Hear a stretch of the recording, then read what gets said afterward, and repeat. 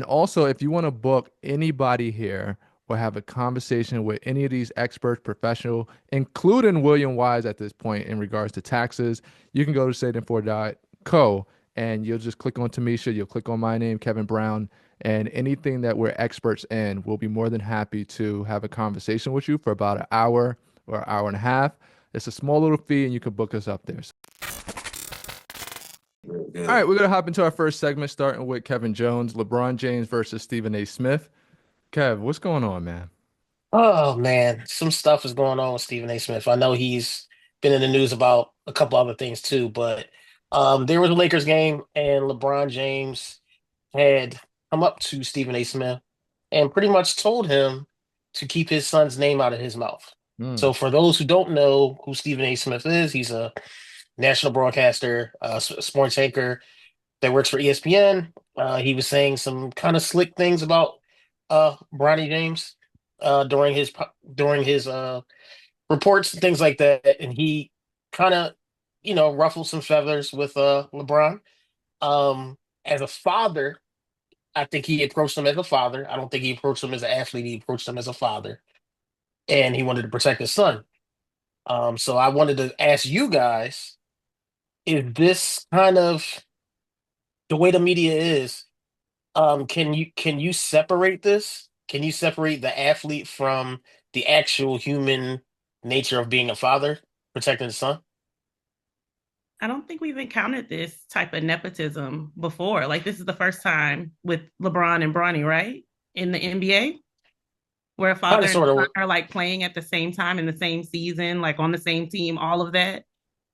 Um, I might have to I'm go not back giving, and look, but I'm I not, believe it's yeah. yeah, It's I'm not giving Steven a pass at all. But I mean, Why? Why not not? at all. What do you mean? There's very few things that Steven will ever get a pass for me about. And this is not one of Okay. them either. So I'm just saying, but I just think this is the first time that we've encountered this as a whole. So I think everyone navigating it is going to be a little trial and error. So I think Stephen A did what Stephen A does. And LeBron was like, no, I need to check him. As a father, he should have checked Stephen A for some of the stuff he was saying. But as an athlete, I'm not even sure if he can really separate them in the situations.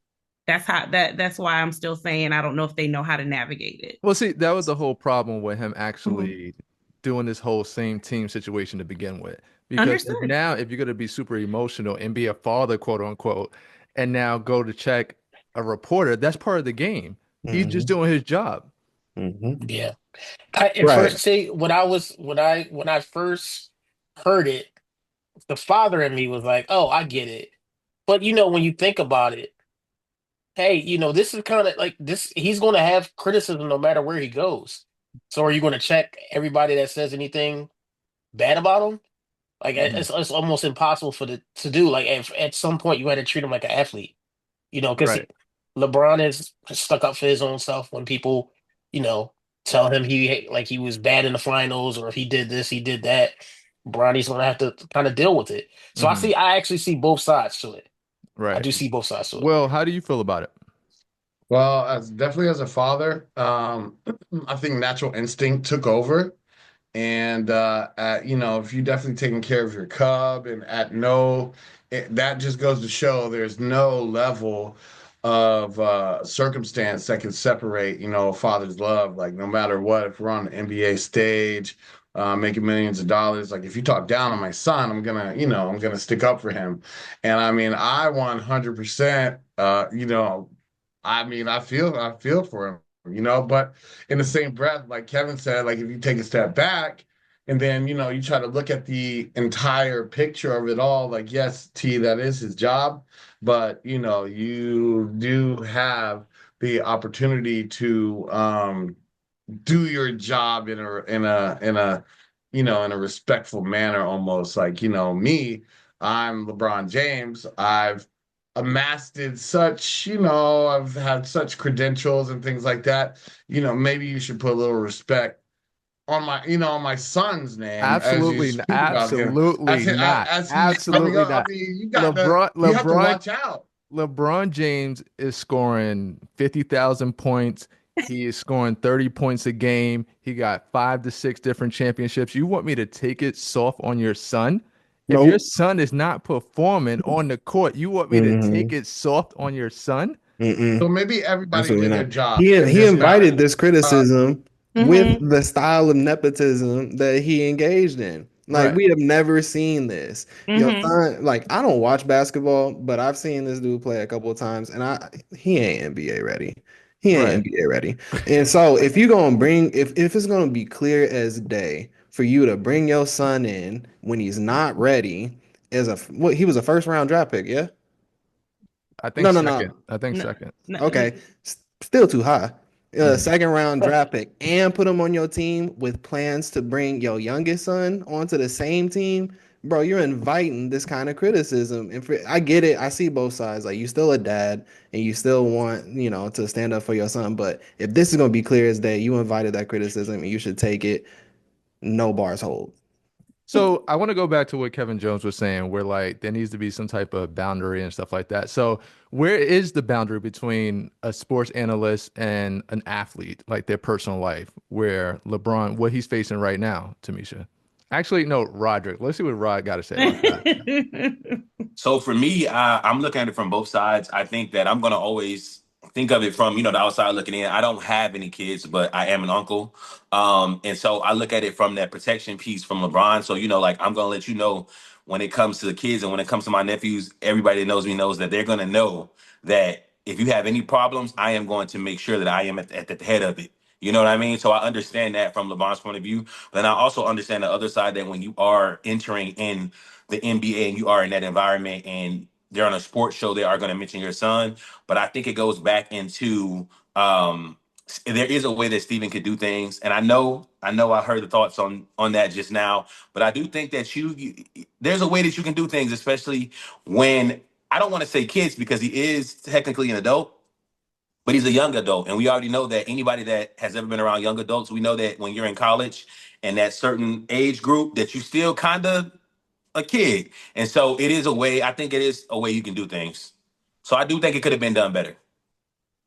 What specifically did he say that was so offensive? I was looking for it. I think That it's I is think it's is it garbage. a He compilation? gave recommendations on how to approach the situation or how LeBron should have approached the situation as opposed to just squeezing him in because he got a name and weight to throw around. Like he specifically said, you should have talked to your son and said, "You're not ready. Let me not put you in a bad situation. Let's focus on getting you ready so you don't embarrass yourself." Mm. That's Maybe he's essentially what getting he him said. He ready, just said being right next to him. Maybe that's his plan. His I plan mean, is it's to too get him late ready. to take Stephen A's advice, but I think that was wholesome advice. And for he LeBron to get said mad at that, that's Is silly. Stephen A. LeBron Smith though? I'm I sorry. mean, LeBron James. Is Stephen A. Smith LeBron James though? Stephen A. Smith No, didn't even play no. basketball, right? Did he play Um, any sports? I I mean, don't back in the know. day, he used to play a Back little in the day, side he did. side, Yeah, but not A he not little on did. that something level. like LeBron Yeah. James, something. Of No, course right? not. But So, No. you can look at Bronny James' stats and see that he's not ready. Right. well, maybe his daddy want to improve his stats with him right up under his arm, right there. That's what He's Okay, so actually that's performing pretty well. nepotism. That's nepotism. Maybe and if I it's gonna be love it. that I love clear, black evidenced by the nepotism. current season, then of course, like you welcome that criticism and take it on the chin. Talk to your son, not Stephen A.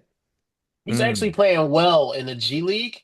So he's going back and forth between the NBA and the G And League. the G League. Okay. Which So he indicates is that he's not ready. no, absolutely. And like to you said, that's right. I mean, he can develop his skills there. And I think maybe that's where he should have started. But the fan in me is like, wow, this is great to see a father and son, you know, Playing. playing together. Like they checked PR. in and they're playing together. Like that's cool for us to see. But on the inside of it, you kind of be like, well, was he really ready? No. Did he need some time? Yeah. But who am I to say, who's to say that's his son? So, I don't So know. But what, yeah. what were Steven's comments after the talk? I know he said that he felt that he spoke to him as a father, like protecting his son. which But which did he say anything else? Like, which LeBron was joking with Richard Jefferson and was clowning him about those remarks the day after, which is kind of crazy to me. Yeah. Saying like it was BS what he was saying, etc. You know what I mean? Because he went on ESPN and the bosses of ESPN was like, Stephen A, it was you versus LeBron last night. You got to come on the show tomorrow and you got to say something about Address what it. happened and Mhm. address it. Correct. Beat my son out this, bro. Yeah. He So pulled a Will Smith minus the slap. Got it. right. And then also let's remember. So Stephen A just signed a contract. What? $100 million for 5 years. Yes. For Yep. 5 years. Yeah, he wasn't gonna mess that up either, right? No, Because sir. now, like, how do you respond if you're Stephen A. courtside with a big time agent and a big time writer slash producer of Curb Your Enthusiasm? Like, how do you respond in that moment? Do you Yeah. fight? Do you push? Do you, go back and forth? So I think Stephen A. handled himself well, by the way. He did. Yeah. He did. Before we move on, I do want to touch on this one little piece in regards to the situation. BJ and I played on the same basketball team in high school way back when, way back when. And there's a lot of young boys who grew up in the Bronx, that grew up in Camden, New Jersey, Compton in California. Let me think of another terrible area. Detroit, right? We got Philadelphia here. Like all of these places, I and they will can't never, stand you. and they will never get the opportunity to reach the NBA, right? But then this little boy, he's scoring 0 points per game. He's making $5 million for the next 3 years, and he has His the daddy's opportunity. LeBron His James. daddy's LeBron James, and he's trash. He's garbage, right? And he's at the end of the bench getting this experience, but there's a whole bunch of guys in the hood who are killing it, killing the game, and they'll never get the opportunity. And that's the craziness that I don't like. So yeah, Got the wrong card. when we're talking about this, Stephen A has every right to hold him accountable and say, "Yo, you're not performing. You're not ready." Yeah. That's how I feel about it. Yeah. I think Terrence, you're right. And I think that a lot of us, because it's LeBron James, like any other report, like it would just be another report, right? Like he's just criticizing Draymond Green or criticizing somebody else. But because it's Bronny and because it's LeBron James' son, it's heightened to a no whole nother level. So it's just I think we look at it differently because it's LeBron James. But if it was somebody else's son, that's Kenyon Martin's son that plays in the NBA, or Gary Payton's son that plays in the NBA, of course they're not playing, so it's going to be different because they're actually just looking at it as being a father. They're not an athlete anymore, so that criticism is just for what their kid is doing, and then they can react to how a father will react. But when athletes cross that line, it gets a little blurry, and who knows what would happen? Like LeBron, he could have gotten really emotional and did something, and then what? You don't want to do that though. From a Right? PR Yeah. standpoint, you don't want to do that. Do you guys think that's the way of life though? Like anytime your parents do better, then usually you do better? In a sense of if your parents are coming from some kind of privilege, doesn't that give you privilege? Of course. Absolutely. Yeah, absolutely. But making to the NBA is a different ball game. Is it? Mhm. I think it LeBron should just be. proved that it isn't. Well, clearly, but it should be a different ball game because that should be off of your stats, how much you can produce on the court to a team, and A a lot such of things should be that way, Terrence, but nepotism is alive and well I in want all of the communities, in all of the professions. And a lot of their children don't have the stats, the credentials, the degrees.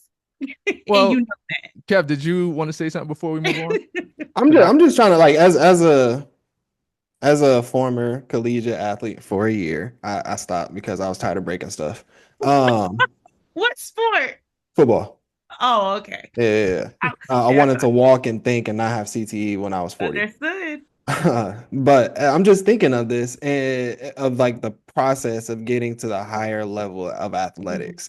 And up until you get to the pro, I don't know, maybe college and then definitely the pros, it is based off of your stats, but at a certain point it does become political. Like it does, there is politics on the team itself, and Right. there are politics within the coaching staff, and then the coaches have their favorite athlete, so I wouldn't say it's so much nepotism but politics within the athletic realm that where skill should win out. Connections, name, talent, like your media presence, all that can factor in to how far you go in higher athletics. Agreed. So, I agree. So you touched on politics. Let's move over to another guy, another father who, um, some people might argue nepotism and giving his kids a lot of different advantages. Trump's executive order on transgender athletes. So Tamisha, will banning transgender athletes truly protect women's sports? No, it No. won't. Okay. All right. And why you said that? I don't think that it will. I honestly do think that it was just a political distraction because it's not the other way around. Also, I think that's my biggest issue with it. Like, we're not keeping transgender men out of men's sports. So, I mean, it's kind of, it's just very weird for me. I was just like, why does this even matter? And then watching some of the videos from when the committee met with the NCAA Mhm. about this issue, they were like, there's over $100,000 athletes, and maybe 10 of them are transgender. Is this really an issue? Yes. Okay. With only 10?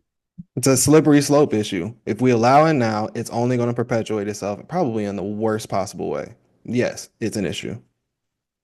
So him writing it into effect the way that he did, as opposed to maybe adding another category. I agree with. I Add a don't third know. category. I feel that it should be, I just feel like the executive order should really bring order as opposed to more division. It does.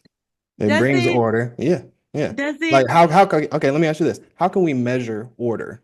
How can we measure a system of order? We could probably use a scientific method. We can use mathematics to measure order.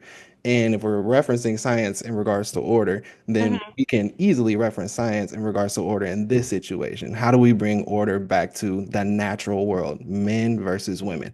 That's as simple as this is. Trans women are men, trans men are women. Men have a biological and physiological advantage over women. So in competitive contact sports, trans women will have the biological and physiological advantage. The reason trans men in athletic sports are not such an issue is because they don't have that biological advantage. So it doesn't matter how many people are participating, it's a slippery slope. And if these people that are affected are not happy with either situation, going back to their biological gender or sex, or playing in the Mhm. one that they assign themselves, create a third category. I don't see why that's so difficult. So you're saying that it should be a separate category just for trans people where they're playing amongst themselves. Makes sense to me. This the Or you same. have the option to go with your biological. Yeah. We know they're not going to do that because they don't look at themselves like that clearly. But just how like I I can't mean, I remember. don't know very many men that will go up against Serena Williams. I'm just saying, but it is She what it confessed that like the 150th person, I think she played like somebody ranked 100 plus, and she lost. She got spanked. Mm. Roderick. This was actually tough. I was hoping that you didn't ask me because I've had this is. conversation with a lot of That I was people. hoping. Yeah, I was hoping. I had this conversation with a lot of people, and this honestly is a tough one for me. And I say that because one side of it, I know they actually what Kevin just said. I know the science part of it, right? And so I totally understand it, and I actually totally agree, because those are facts. That's not something that was made up. And so the only conclusion I've come to on this one is I do think that there should be another category. But then I also think that if there is another category, that's only going to cause. I feel like people are not going to be satisfied with that. That's my first Yeah, thought. Now, that's of course, I would be shocked if things turned out differently, but I do think that if another category was proposed, I feel like people would be upset for sure. But I do think that is a good idea. Do you think they're rightfully upset? Like if that were to happen, do you think that would be righteous? So I don't want to say what I think somebody should be right about because that's how they feel. You know what I'm Mm, saying? So I don't want to say righteous, and because I don't think I'm in a place to say what's righteous. You know what I'm mm, saying? For mm, someone else. In a situation that I'm not in, mm. and haven't experienced. You know what I'm saying? But I do know that the science part of it, that men are not organically, men are genetically, are stronger in areas. And so I do think that is a problem, for some sports. You know what I mean? Actually, for all sports. So yeah, that's how I feel about it. See, can I make one more point? So here's another case on why it matters, even though there's only 10 NCAA trans athletes, right? It matters because it doesn't just affect those 10 people. If we allow them to play, it doesn't just affect those 10 people. Because if they go forward with these biological, physiological advantages, then that affects every woman that they compete against. So all the awards that they take, all the through the playoff season, all the teams that they knock out via their involvement in the competition, they are all affected in the worst case scenario, should they take it all the way to the championship, right? So it doesn't just affect these 10 people, it affects everybody that they would potentially compete with. Understood. Do we feel that this was a decision that he needed to make as opposed to the governing bodies of the NCAA or like the Olympics people or whatever? Like, do we feel like this was something that Trump needed to step in and do? I don't think it should have gotten to that point. No. Okay. Understood. Well, before we move on, how do you feel about it? You have a daughter, you have a Uh, son, multiple I feel sons. like, yeah, I feel like if LeBron James today wanted to go trans and then join the WNBA, there'd be a major problem. There'd be a major issue. I love how That was a I good love how you example. brought all of that home for us. I love Yeah, that. It would be I feel like amazing. I feel like it'd be a major issue, and he's scoring 80 points a game, and like nobody can score, and like but and if I don't know, to each his own. But when it comes to sports, like Kevin was saying, I mean, it comes down to the science. There's A and there's B, and really, I mean, there's no.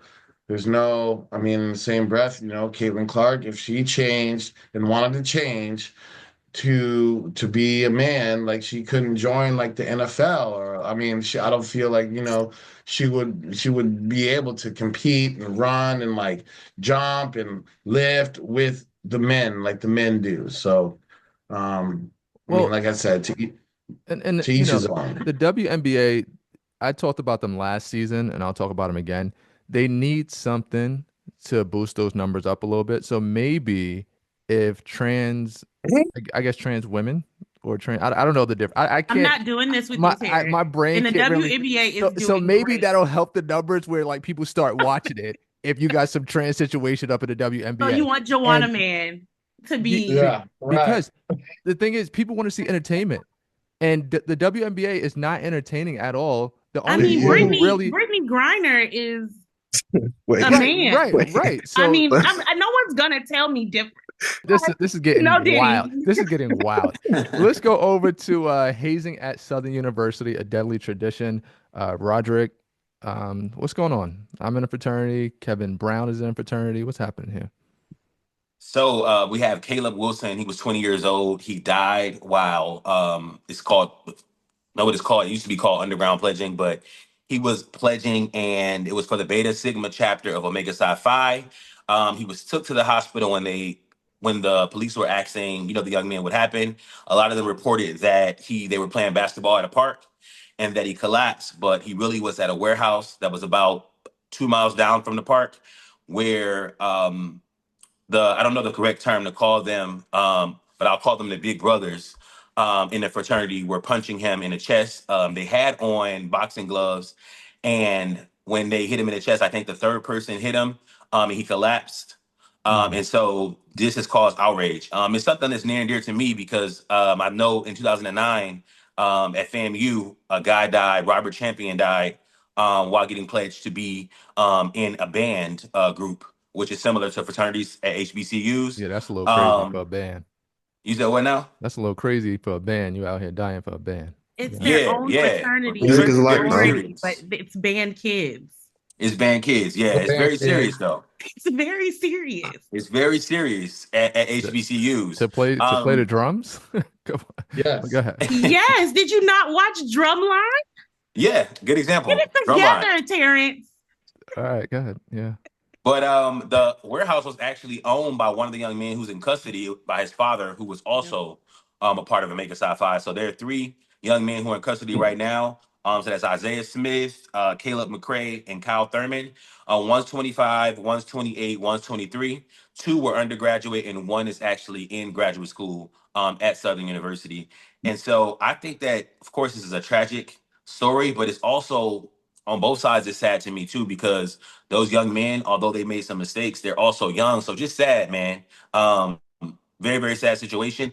When it comes to hazing, though, originally, like in the early 1900s, a lot of those things were, and I know I'm probably preaching to the choir because we got you guys here who are actually in the fraternity, but it was based on the intellect and like service based. And not saying it's not now, but a lot of the initiation processes, especially like during the 50s and 70s, like post-war, were more physical demanding. Then it got into 80s to 90s, and that's where that underground hazing came in. And then like some of those bans and crackdowns, like think like mid 90s, after they got lawsuits and different things like that. And so, yeah, man, it's a lot. And I personally know too, but yeah, it's definitely a lot. Timisha. I think it's a very sad situation all around. I'm sure he wasn't pledging thinking he was going to lose his life. And I'm sure that they weren't doing their ritual thinking he was going to die. I don't feel like it was malicious in intent. I mean, I'm not part of Greek life. I've heard some stories. But I thought that, by now I thought that the hazing part had phased out more. So I think this just like brings it back to the forefront to make us think like everyone is doing it, but I don't feel like everyone's still doing it. And I don't feel like they're still doing it everywhere this way. So hopefully that won't be the case. And again, a lot of the fraternities and sororities are going to be, dismantled under DEI anyway. So I don't know. So with this going on, how do you guys feel if your kids come to you and say, "Hey, I want to pledge whatever fraternity or sorority"? Would you guys my be daughter for is it? pledging. Lamaya. Yeah, I'll let them do it. So she's already said that. Who's she pledging? She would love to be a Delta. So, Cool. So I'm already. It's just like, yeah, and I sent her this story. I think I sent it to her before I sent it to y'all, so she could read about it. But hopefully, it's phasing out. Like that's all I can say. Hopefully, it's phasing out. All right, Kevin Brown, my fraternity brother. Go ahead. What up, though? Yeah. I'm curious, Timisha. Mm-hmm. How do you wrap your head around hearing a story like this and also allowing your daughter to pledge? She'll be an adult. So she'll be an adult when she pledges. All right. Well, okay. And why not? Mm-hmm. What? As a parent, I think that it's my job to, like I said, I sent this to her before I sent it to our group to discuss because I want to discuss it with her. Like, how are you feeling about this? Does this change your mind about pledging? What are the reasons that you're pledging? If something like this was going to be happening, would you not want to pledge? But again, the people that she's talked to that have pledged, who are Deltas, who she has in her life, they don't have horror stories about their time pledging. And I trust that they would tell her just to get, so she would know. I do trust the women that she's discussed this with. So again, and like I said, she'll be an adult, so she'll have to make an informed decision. My stepmom has different views. She literally before we started recording, she was telling her she can't pledge. So. I mean, you answered my follow-up question, which was will you factor in your input? And I don't disagree with anything you just said. I think that's all fair and well, and you're correct. She will be an adult. She'll be making her own decisions. So who are you to tell her what to do at that period in time? I got a question for Terrence and Kevin. Hey, Kevin. Yep. What made you guys pledge? You want to take that first? Go ahead, bro. You got it. Because I don't even know if I really even want to touch any of that stuff. Okay. As far as that's fine. That's fine. Like I don't know because I have mixed reviews on it. But go ahead, Kevin. It was simple. When I got to college, the first group of people I met were in the fraternity that I'm in now. It was with a different chapter in a different school. But we all know all the fraternities and all the Divine Nine fraternities and sororities have their stereotypes to go with them. And I didn't feel like I felt fit into a stereotype, right? And that's why I aligned with Phi Beta Sigma the most. Is because I didn't feel like they had a cookie cutter template of what a member looked like and like how they contributed. So for me, that's what it was. They were the first people I met. They were the first people to bring me in, accept me, take me around, show me new things. But also they felt authentic. Yes. I Well like that. said. Yeah. Yep, good stuff. Yeah. Same for you, Terrence.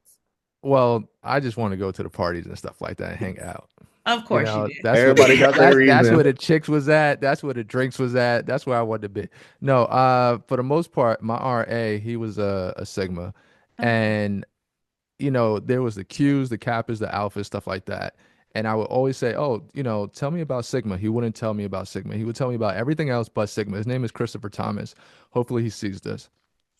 And he would tell me about Omega, all this stuff. And I'm like, bro, I keep on asking you about this one right here, and you're not telling me. So just like anything or a child, if you don't tell them what they want, they're gonna go find it out, Find it. and that's what I did. And I just gravitated towards that organization. I loved it.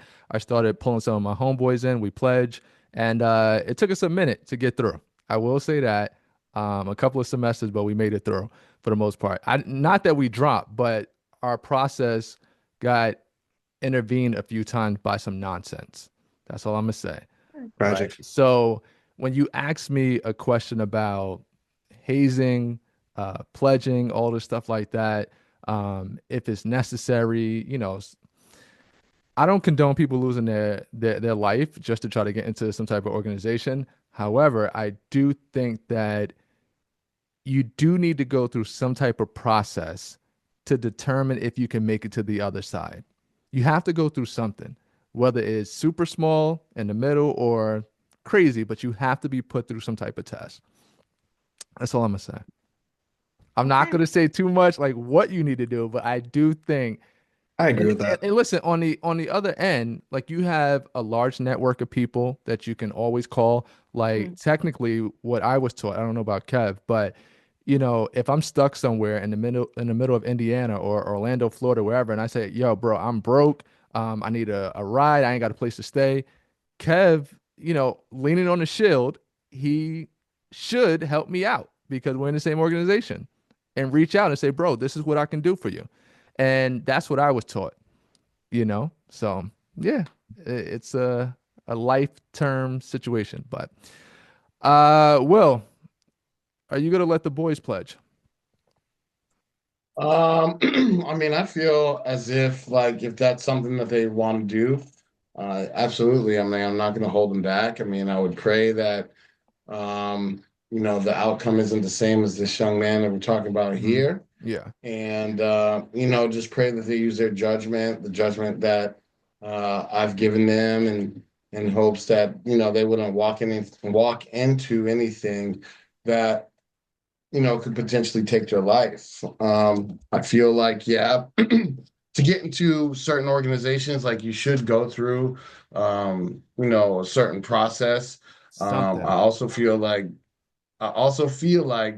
these organizations should take into account as far as what they're doing and what they're putting people through, and the potential outcomes from that. Because when you hit a man enough in the heart or in the lungs, or, if he has some sort of Mhm. like physical um, ailment that nobody knows about, some palpitations within his heart or something like that. You hit somebody the wrong way, and then that's it. So, um, yeah. I mean, I'm not in the organization myself, but I'm So sure. I'll say this, like when it comes to my process, there's a lot of things in life that I refer back to that process. And it was times where I remembered like, yo, like I went through this, I went through that. I didn't have the money to pay for my dues or whatever case may be just to even get in. And we had to scrape it up. We had to call people up. We had to pledge and say, hey, look, I need 500 from you. I need 200 from you. And we had to do that as a core together. So now with life, let's just say your lights get cut off, your rent or whatever. You already been through certain situations. It's not always physical. It could be mental. It could be anything. It's not always just beating you up and etc. It could just be your mental.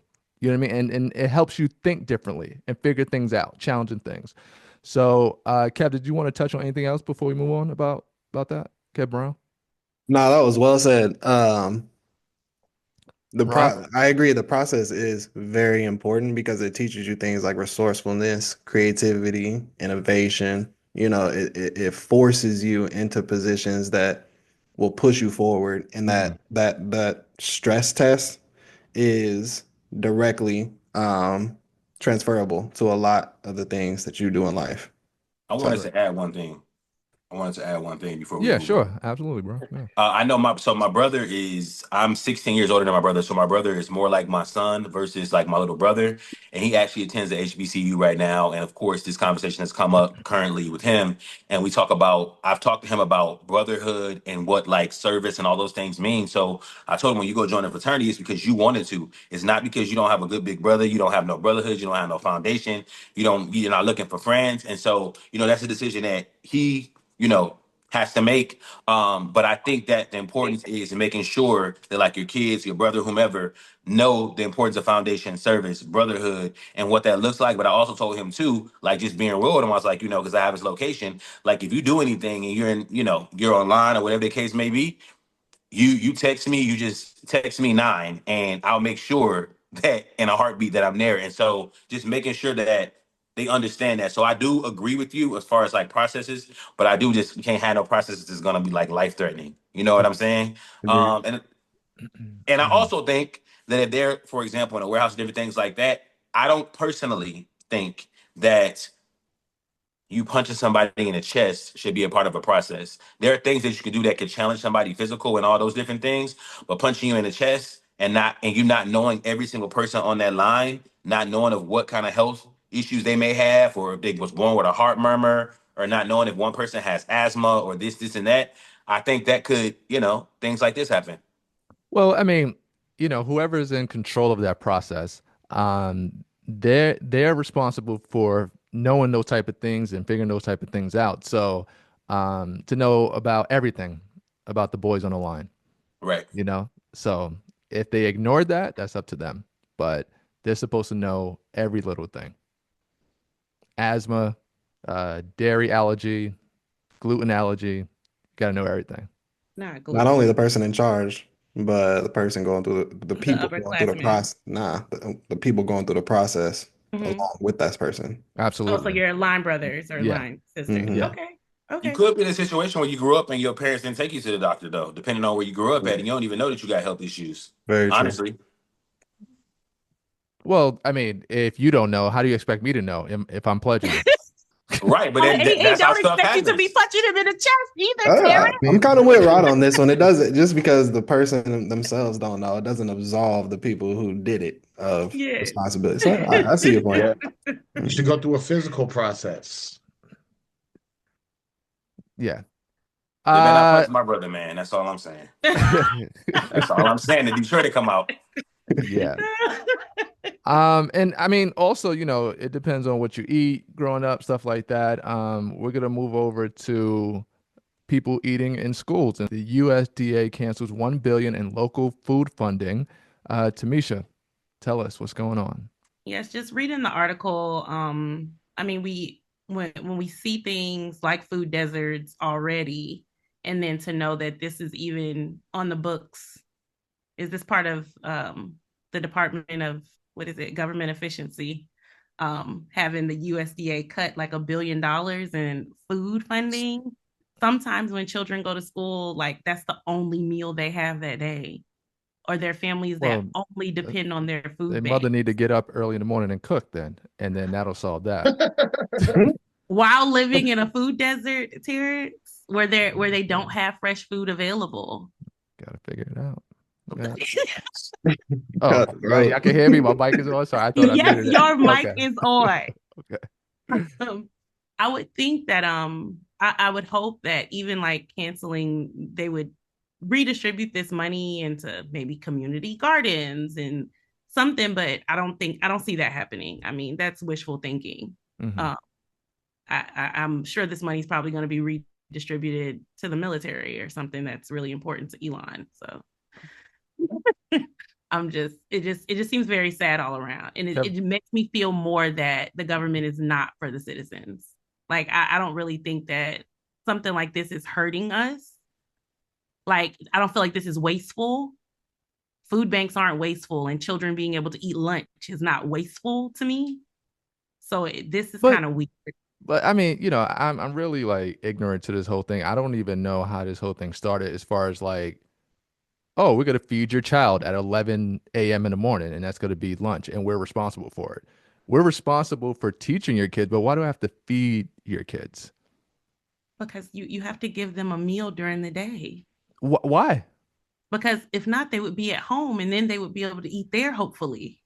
But Hopefully. No, I mean, when you okay, spend so 8 hours of your day at an educational institution, yeah, primary educational, yeah, they should feed you. They should okay, feed, okay, but okay, who should but pay for it should be the question. Who should pay for it? well, once again, does your job feed you guys for the most part? I mean, No. No, but Google we're feeds their adults. people. You bring your stuff, right? I mean, Google feeds their people. I mean, Well, a lot of the really good places feed But their people. that's different than grade school. We're adults. These are Yeah. kids. Your right, I kindergartner understand is that. not going to know. Your kindergartner still isn't really in tune with their schedule. They know when they're hungry, but they don't know when they, I mean, so like, let's be for real. A 6-year-old knows when they're hungry, but they're not going to know it's lunchtime. And the kid who the kid who gets sick and don't like the food or whatever, the parent sends the lunch with the little lunchbox, right? Mhm. Superman They and have that Spider-Man and luxury. but I'm just saying that's what they do. They have the So Yeah, but if luxury. you don't have the money, if you don't have the money to send the then you shouldn't be lunchbox, having then kids. You shouldn't be having kids via have Your to kid lunchbox. to learn. Your starve? kid's gonna have to learn how to not get sick and eat the food. That's it. Like when you're hungry, Talking from you're a man gonna with 4 kids. With 4 kids. yeah. When you're hungry, you're gonna eat. And so, like, if there's not food there, like when you get there in front of that food, you're gonna eat whatever it is to put it on your stomach because you need that to live. Right. Mhm. So there's no more getting sick Right. or Or whatever, being picky. Like I don't Or want the being picky. pizza. Yeah, but a lot of the kids getting free meals and getting free lunch and stuff are not picky, Terrence. They aren't. Can we back up for a bit? Sure. Let's see how much we've dug into this because I did about an hour's worth of work and I found some interesting stuff. So we cut $1 billion. That's the number we got, right? Billion. How much is the USDA budget in total? Out of a billion or Yeah. just overall? How much is this organization or this agency's budget? Agency. How much is Um, this agent's budget for 2025? How much is it? 600 million, 400 and something. $213 billion, Oh, okay. Yeah. right? And how much of that? 213.2. Yeah, 213 billion. 213 billion. And how Okay. much of that is mandatory and discretionary funding?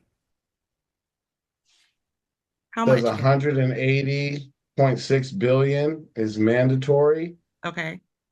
So the And remainder is 31.6 billion is discretionary. So if you're gonna attack a budget, if you're gonna cut from a budget, you cannot cut from mandatory funds. Those are entitlements in a sense. So you can only cut from the discretionary budget. Now I ask, how much are these cuts in relevance to the discretionary budget? You do the math, it's billion. 3%. It's That's 3% of the discretionary budget was cut. I'm so tired of people sensationalizing the craziest aspects of things like this, these Doge efforts. Now, hear me out. Hear me out. But who is it going to affect, Kevin? I agreed. And I Okay. asked myself this question. There were 78 contracts that the USD cut. USDA cut. Of those 78 contracts, we only know of 10. This is where I'm going to hold Doge to an account. Why don't you give us the full list of all these? I dug. I'm going to continue digging after this. I want to know what these contracts are because, of course, they're going to sensationalize the contracts that they cut. For instance, a lot of these were DEI oriented, were international efforts to promote gender equity and blah, blah, blah, blah, blah. We know the angle that the right's going to come from on this, right? So I'm going to stress test both ends of this.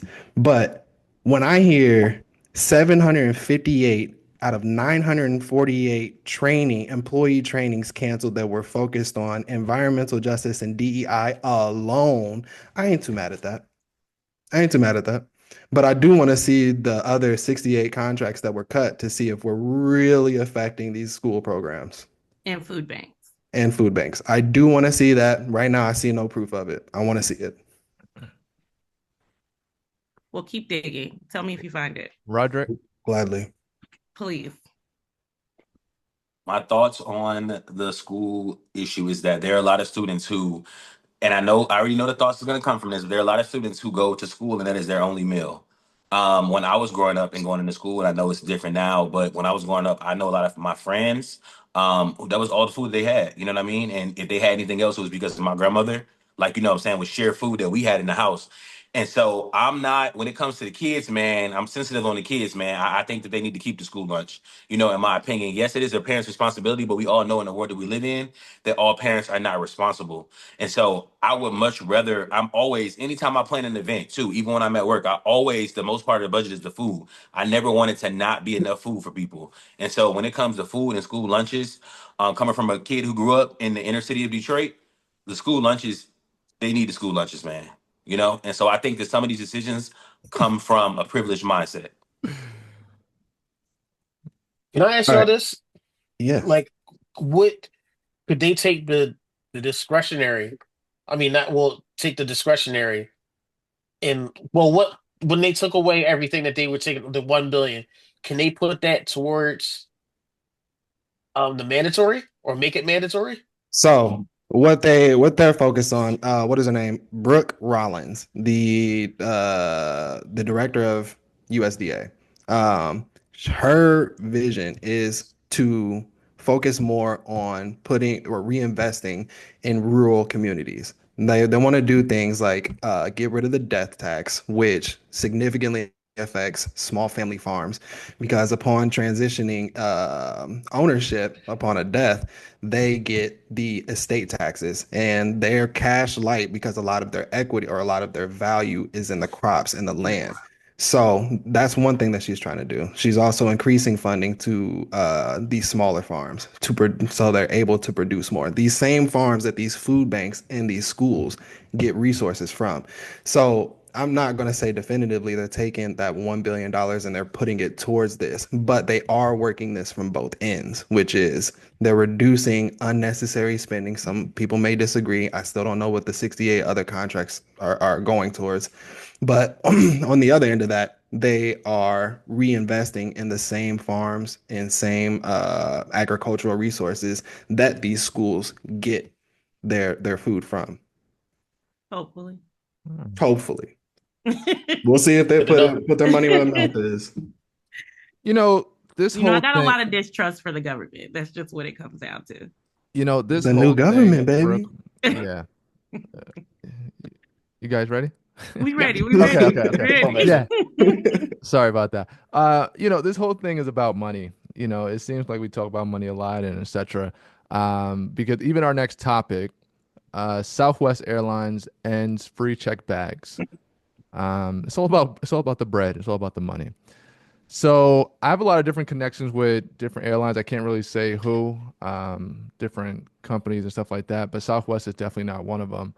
And people are saying that this is really going to hurt their business model, or their business in general. But according to Southwest, they think that is going to help the bottom line because they have to start charging for something. You know, they've been struggling, etc., and they just had to change it. Tamisha, are you upset about this? How do you feel? Who do you fly with? Delta. I'm from Atlanta. Of course. You know, I'm a Delta girl. I honestly think that it is gonna hurt. They think it's gonna help, but I think it's gonna hurt. Because I know people who are religious and very loyal to Southwest, and they love having those 2 free bags.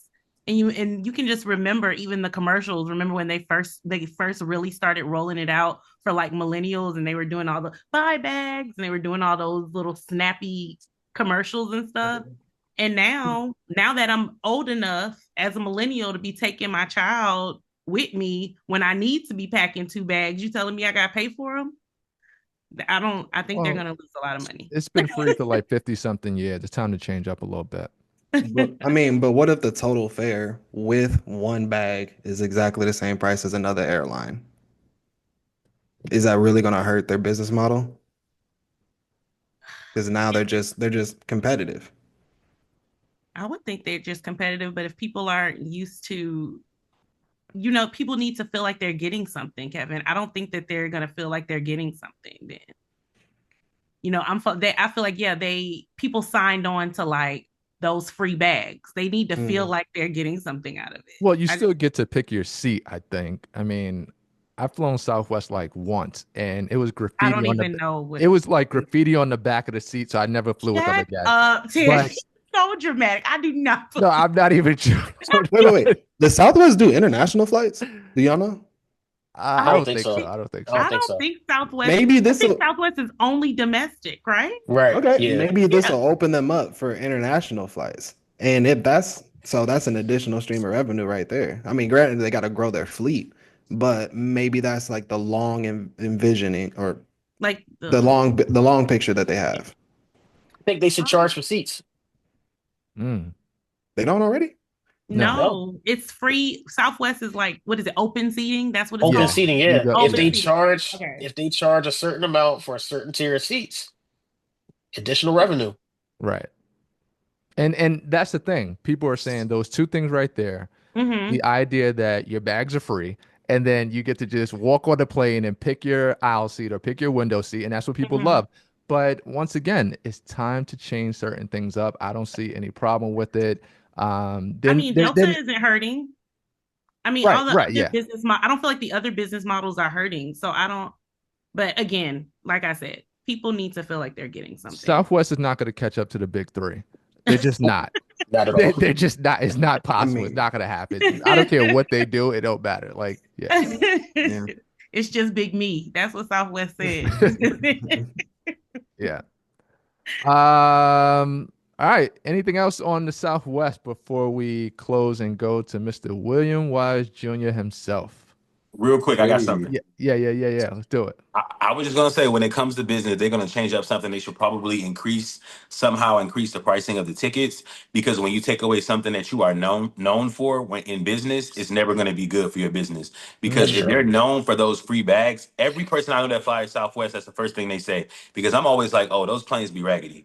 If you ever flown Southwest, Right? Really? they be Yeah. raggedy and and I, rusty Right. and I have loud. never And flown Southwest, so I I don't only know. flew it I one I haven't time. flown in a long I've done it time, one but one yeah, time. it's a little janky once you move on. Yeah, See, so they you thought known I for was those just free. hating on him, Tamisha. I wasn't hating on him. It was graffiti on the back Plane of the is seat. raggedy. Man is I ghetto. never- Hold No, up. wait, I It's can only on second another to Spirit. Southwest plane. I understand, Terrence, because I promise you, I've never flown them. They be raggedy, but they're known for those bags, and so that is not something that you should touch from a business standpoint. That is Sure. not something they should touch. I know they got to make their money, and I agree with you, Terrence, but they got to find another way to do it. Maybe they can Mm. increase the pricing of the tickets or something, but they should not touch that little aspect because that's what they're known for. That's I their think if they brand keep right the there. free Yeah. seats, if they keep the free seats but charge for the bags, I think that's a fair The trade. open seating and but charge Yeah, for bags. I think that's a fair trade. Okay, we'll have to Mm. see. I think like The people way go- y'all talking, Kevin, they're not going to be able to do the international flights on those planes. So Nah. No, You're right. They No, can't no, get no. I ain't that getting idea on from one. you, but people dog out Spirit, but Spirit is actually not that bad. I mean, Not at Spirit all. I can't isn't believe I'm bad. I agree. Not at saying that. all. I can't believe It's I'm not that saying that bad. right now I'm sorry, publicly. But Spirit is not bad. It isn't. And I don't mind paying $75 for my big seat in the front. it's all about the clientele. Because I only paid $30 for the ticket. So $100, I'm good. $30. Hold up, I might need Yeah. to reevaluate my situation. Spirit don't be playing. So I'm just saying. Yeah. Sometimes an extra 100 for the first class. Spirit don't play. I don't mind Spirit. What's I'm on first class? Get Spirit on either. Delta, but It's a huge seat. It's like a recliner. You get as many snacks and free drinks as you want. And it's only 2 seats up front. Yeah. And then right after that, they have their comfort, and it's like the middle seat is blocked. Mhm. Right. I mean, Yeah. Spirit do get a bad rep, but they better than Southwest from what I'm hearing. Because I mean, you got like a 20% chance of getting like a show on Spirit too, because it'd be ghetto. Well, I mean, but So you once might again, see some. Who knows? once again, Not every ghetto. Every it's the ghetto. clientele on Spirit that I think makes the whole brand what it is. Like if they raise those prices up, those people would not be flying on Spirit because they can't afford it. You're Uh-huh. absolutely right, People, Terrence. yeah, huh?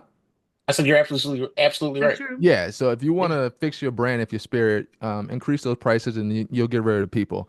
All right. So let's go over to William Wise Jr., who is a tax expert and a professional. He's been doing it for 15 years, based out of Orlando. My homeboy, my good guy. So many good things to say about this dude, man. So many great things to Oh say. man. But for the next 15 minutes, give or take, he's going to educate us. He's going to tell us anything that we want to know, any tax questions that you have, whether you own a business, if it's for personal. This is your guy right here. So I want to start off with it being a little messy. A lot of people decide to claim other people's kids Oh on their my God. taxes. It's so messy. Is Why that is I this just want to messy be though? messy real Why? quick. And then I'll go back to introduce who he is, how long you've been doing it, and everything else. But can you do that? Will you? Um, I mean, the answer is yes and no. There are standards and guidelines for which you can claim dependent, is how they call it. And basically, if you have taken care of this child or dependent, it doesn't necessarily have to be a child, but if you are taking care of the dependent for over half of the tax year, basically you're taking care of their place of living, their bills, their food, and things like that, then yes, you would be eligible to claim the dependent. Now, if you're just claiming your friend's kid because she has six kids, and then she doesn't have any more room on her tax return, and then you just put it on your tax return just to get a higher standard deduction and possible earned income credits, then no, that's not allowable. That's not. And So It's not adhering if to you the do, guidelines, Terrence. yeah, if you do, I mean, it may or may not come back to you 9 times out of 10. If they do cross-reference that social security number with another tax return that has been filed previously with somebody else, they may ask you to prove um, the eligibility for you to be able to claim the child, in which they would ask for um, documentation to show residency and documentation to show, like, medical bills or like bills that you paid that is attached with the child with the same address. okay, so now So now for the introduction. Like I said earlier, William Watts is a tax professional expert with over 15 years of experience. You got your start how? Like 15 years ago? Like what got you into it and etc. so 15 years ago, the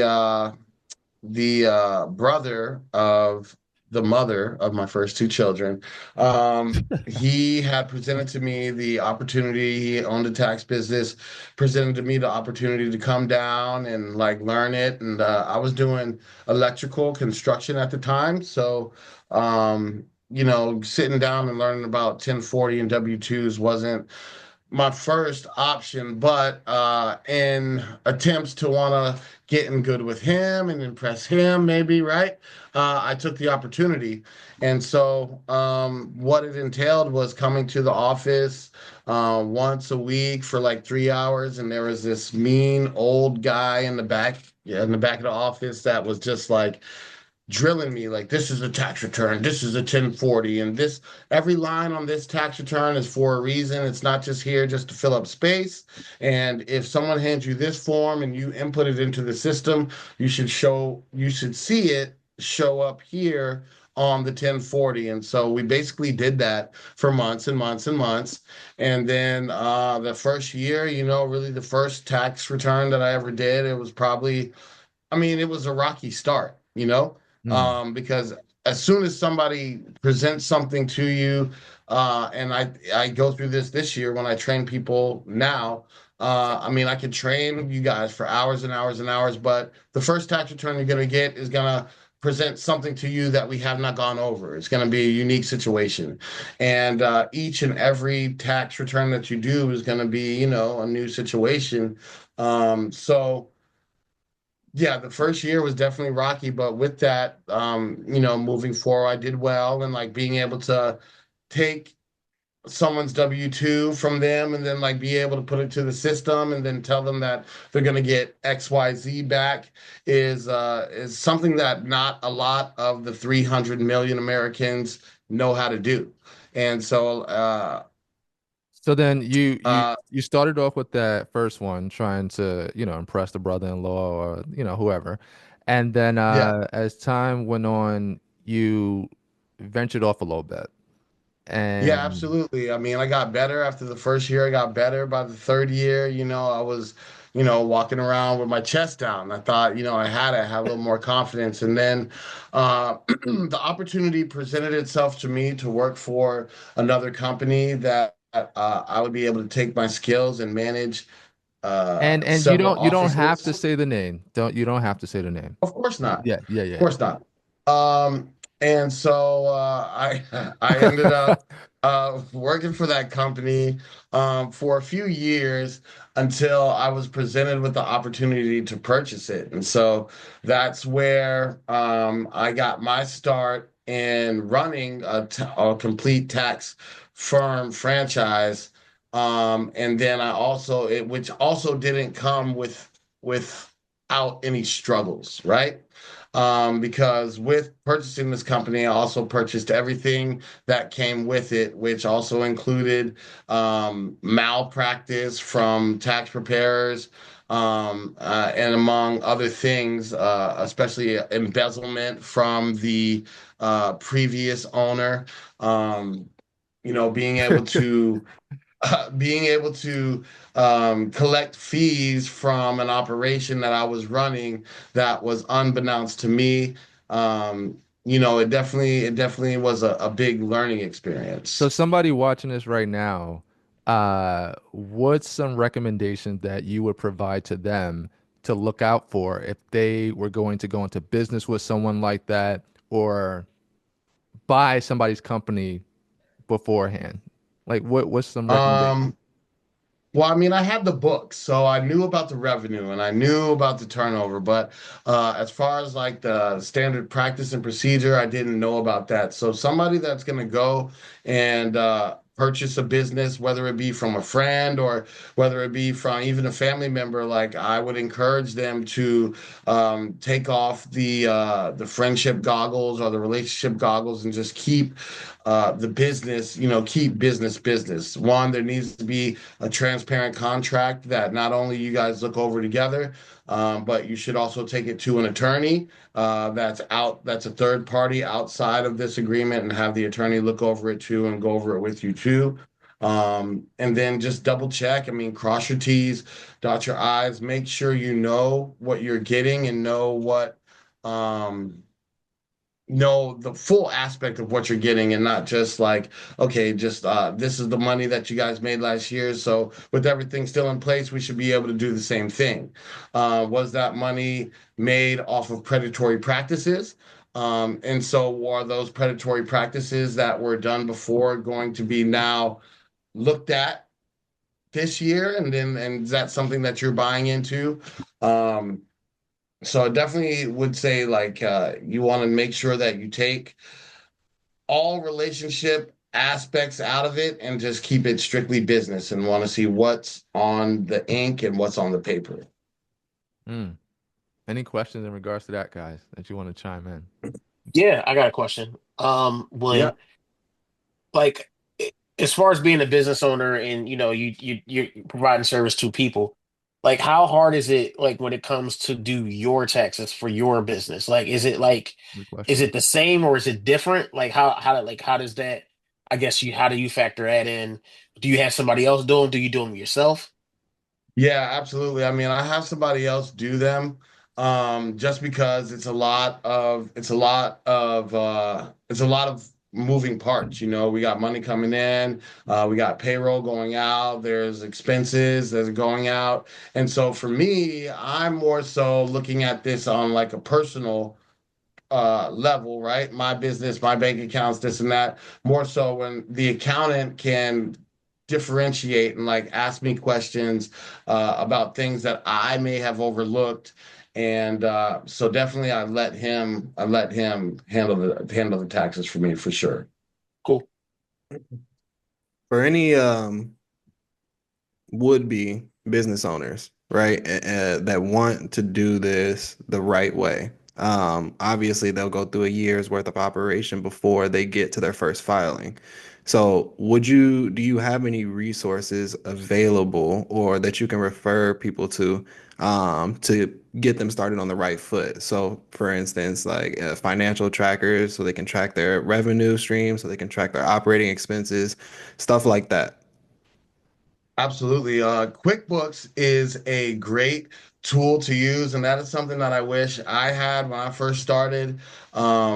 And now with AI and everything else, I mean, it's just even more superior than it was before. So, I mean, QuickBooks, it's an app. I mean, it's nominal cost each month, and basically what you'll do is that you start your business. You start your business, you get the LLC. The LLC will cost you anywhere from 150 to 200 bucks. Then you go and get your business bank account, which you have your LLC, you get the business bank account, and then you link your bank account to QuickBooks. Now, as soon as you swipe that card, QuickBooks is going to categorize the transaction as something. If you go to Wendy's, it's going to put it under meals and entertainment, which is a category for your business under taxes. If you get gas, it's going to put it under fuel. It will even go as far as tracking your miles, as far as where you drive to. And so at the end of the year, all of these expenses are going to come together. And then if you, let's say let's say you go to Wawa and what you buy isn't gas, it's actual food, you can change the rule for it, and it will categorize each and every transaction that was for a set amount for Wawa for food and not gas. And then all you need to do at that point is then you can take that, give your tax preparer access to your QuickBooks, and it will allow them to pretty much, handle your taxes for you without having to do a whole lot of the digging, printing out bank statements and going through each and every transaction, which is headache. I'm going to charge you a lot of money to do that. Mhm. So See, go sorry. ahead, go ahead, go ahead, Kev. Do I have time for one more question? Yeah. Cool. So here's an anecdotal experience, not with myself personally, but somebody I knew. Long story short, company they were working for bought their silence because they were doing some illegal stuff, right? I can only assume, I never knew the number, I can only assume it was around six figures. And this person didn't know how to pay their taxes the right way. When they came into this money, but they also started a business, an LLC, and all of that stuff. So they were well on their way to starting their own business. They just didn't know how to pay their taxes on this lump sum settlement, which is what it was that they received. And so they went to Bank of America. They had a God, I don't know. They had one of the tax specialists at Bank of America that they were working with. And the mistake that I recall he made was he signed over power of attorney because he essentially wanted this tax specialist to take the reins, go through everything, have complete access. And long story short, he ran off with the money along with one of the tellers. And they made off with like millions. So my question is, what should people be cautious of when working with a tax specialist? You should always be careful of what you signed and who you give your information to. You want to know the process in which the tax is going to be prepared and filed. And so I myself like to educate my clients. Okay, you send me your information. I'm going to fill out your taxes, and then I will call and go over it with you, as well as send you a copy before I get your signature, and then transmit it to the IRS. So I pretty much lay out, a step-by-step guide as far as what I'm going to do, and then I like to follow it.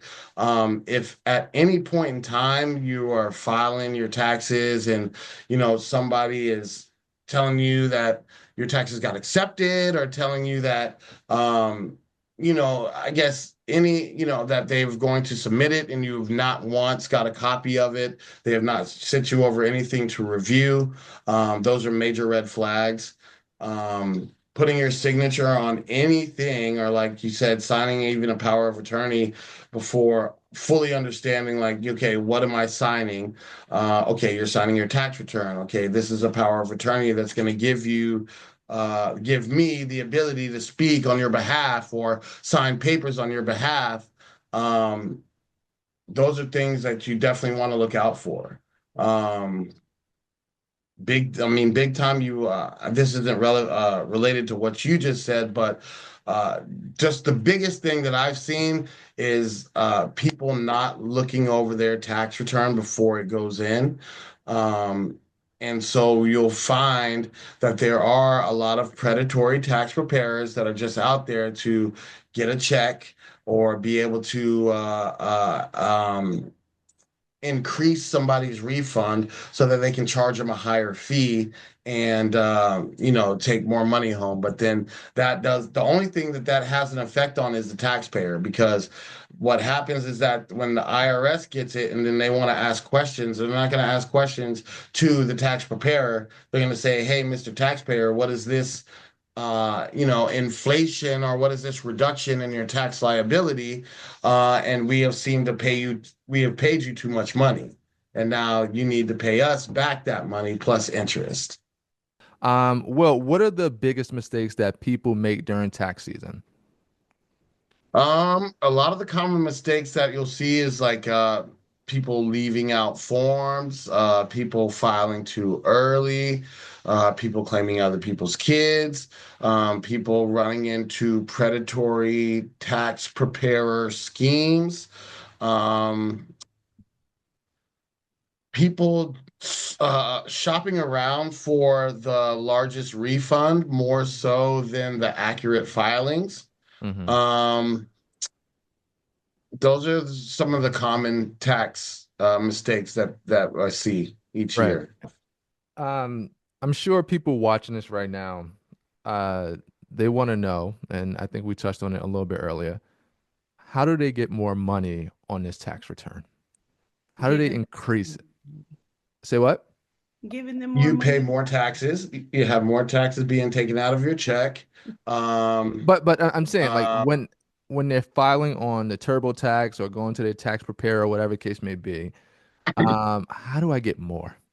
The check okay. was if the check was only 4,000, 10,000, how do I get 20? How do I get 25? Yeah, You And can't then claim the anybody legal else's the, child, the the Derek. legal way.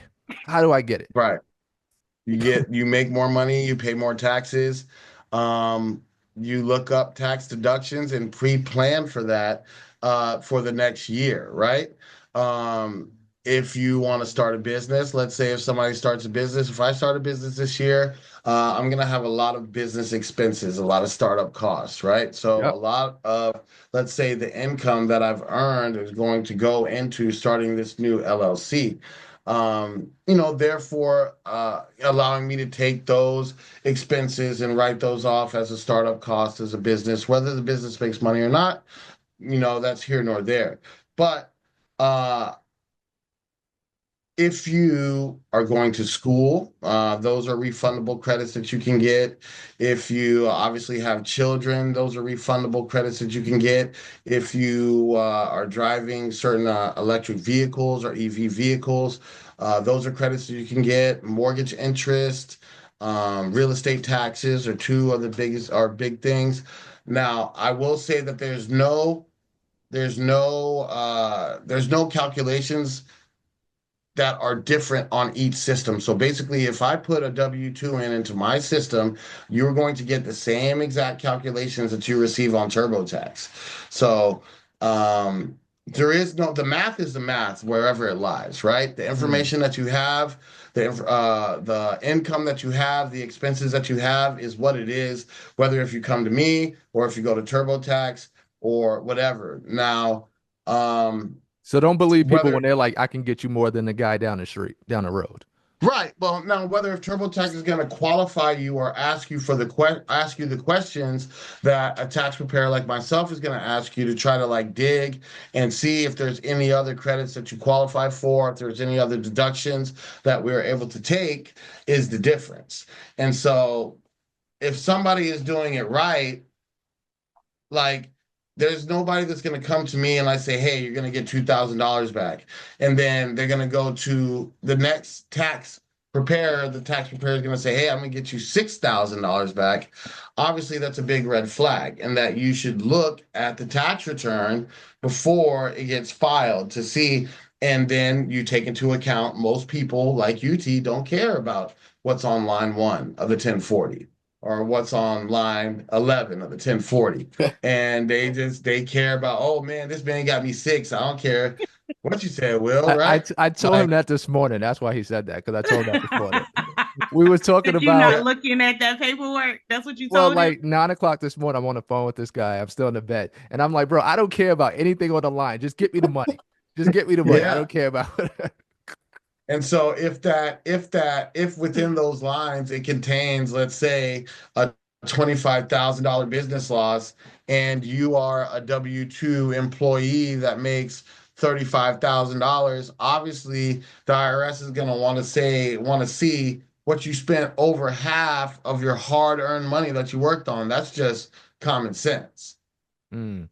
And if you do that each and every year, that's even more of a red flag. Like, why is this person with two kids constantly dumping money into a business that's not doing anything? They're going to start asking you for receipts, proof, and things like that to justify your deductions. So last couple of questions before we close, because we're getting towards the end. You mentioned about capital gains through the stock market. You want to touch on that? What did I say? What did we say? You Sorry. no, no, you're good. You had mentioned something about you had ran into a situation where somebody had questions in regards to capital gains, if they had to pay taxes on it or not pay taxes on it off of the Oh, money that they so gained from the stock market. the sale of the house, I think we were talking about. So yeah, That was the real there was estate, a yeah. Yeah. there was a question that was asked to me. It's like someone had come in, um, well, last year, and so she had sold a home. It was in California, and I think she sold it for like it was like one point something million, and she had gross, it was somewhere around like 700,000. And so she had got $700,000 in capital gains, is what they call that when you receive revenue from selling the home. And then she was like, I have to pay all this money on, capital gains tax. But we were able to look up the rule, and really I encourage people, the IRS is your friend.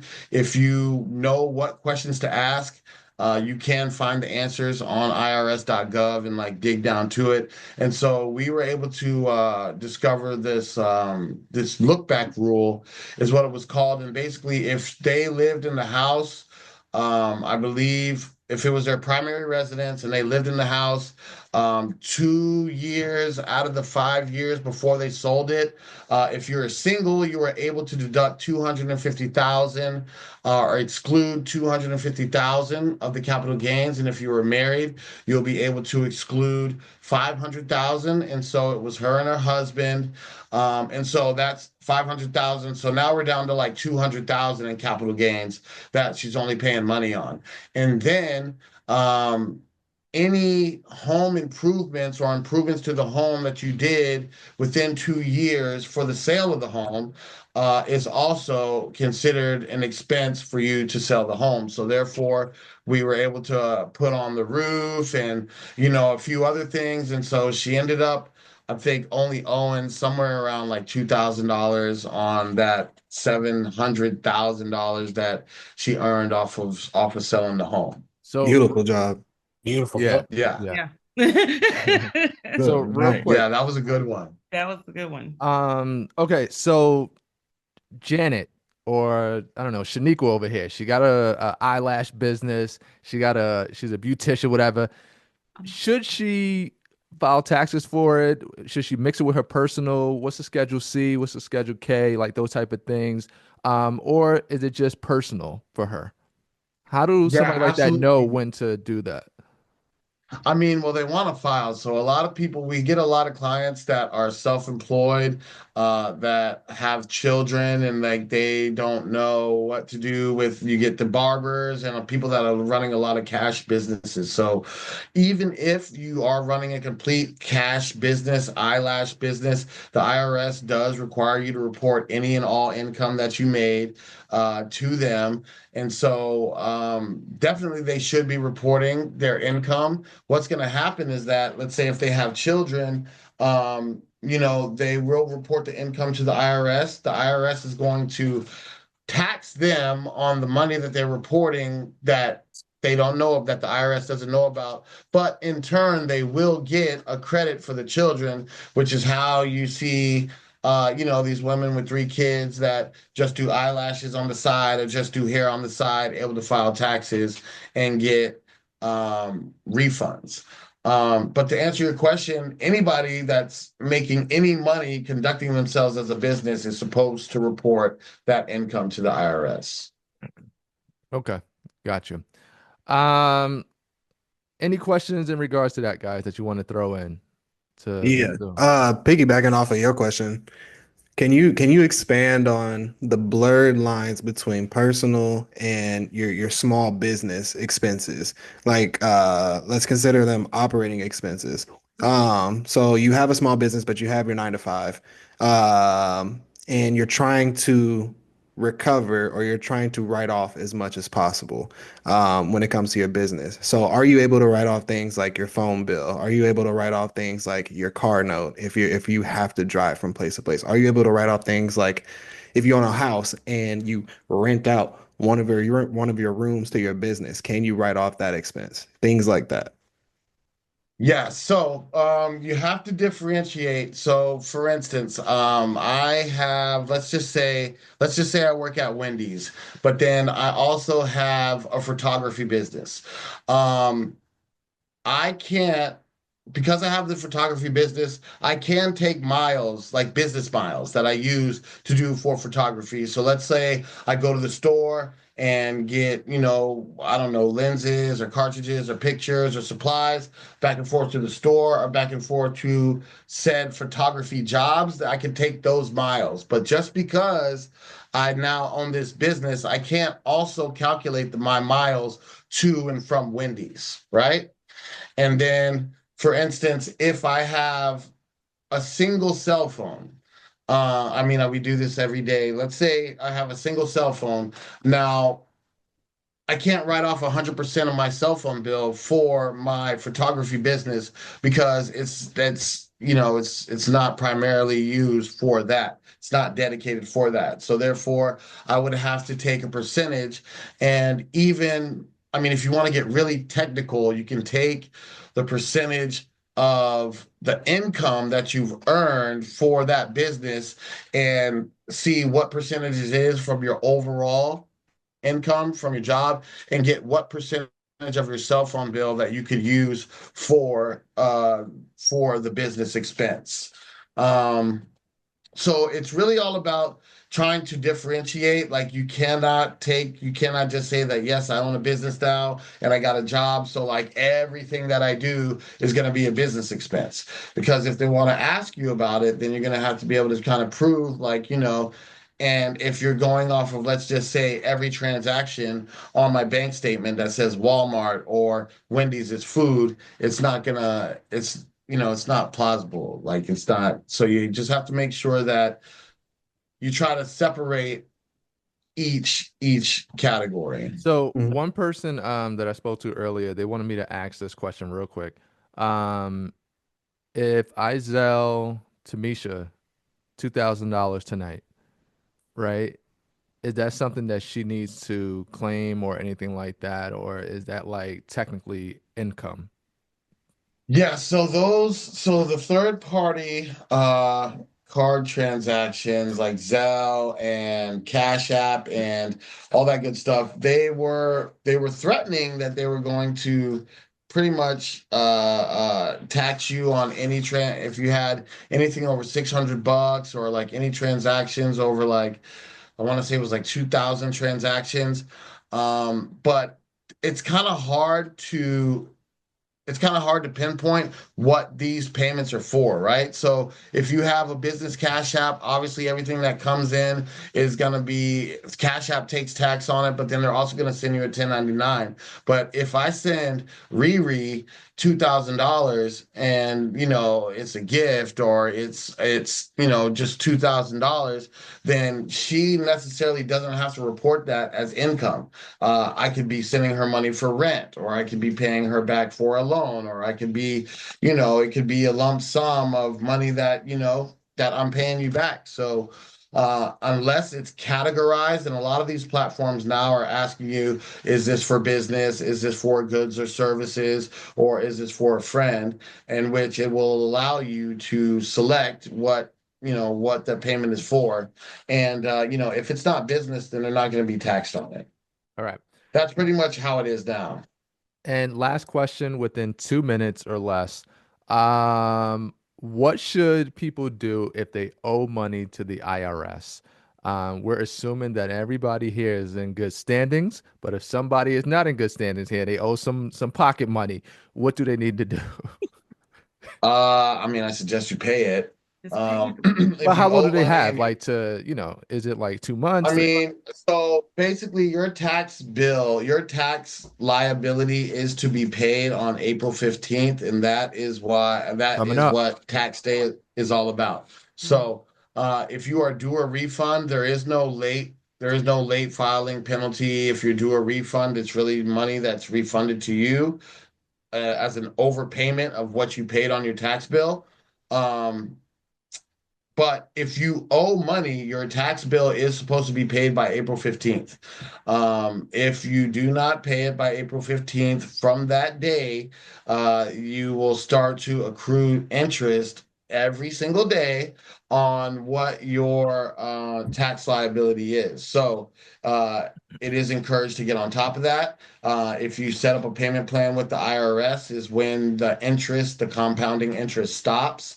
And then you can just continue to make those payments until your tax bill is paid up. Now, if you are in a situation where you owe hundreds of thousands of dollars in tax bill, then you need to probably seek a tax attorney or somebody that is able to litigate with the IRS and potentially help reduce your tax bill. Not Wesley Snipes' attorney, though. Yeah. Not his attorney. Mr. William Wise Jr. from National Tax and Accounting Network. Thank you so much, brother. Absolutely. Hope it was informative, guys. Thank you for having me. Definitely. Thank you. You guys are good. Any last questions for this gentleman? We're good? All right. No, so we don't need to know about your child support payments yet. No, I don't have that. Before we, sign off, the YouTube gods told me to say, please like, please subscribe, please share the whole thing. You can catch us on YouTube every Thursday, roughly about 2 p.m. That's when we post. And also, if you want to book anybody here or have a conversation with any of these experts, professional, including William Wise at this point in regards to taxes, you can go to saving4.co and you'll just click on Timisha, you'll click on my name, Kevin Brown, and anything that we're experts in, we'll be more than happy to have a conversation with you for about an hour or an hour and a half. It's a small little fee and you can book us up there. So once again, my name is Terrence Edwards, Timisha Blue, Kevin Jones, Kevin Brown, Roderick Smith, and William Wise. Have a good night, guys.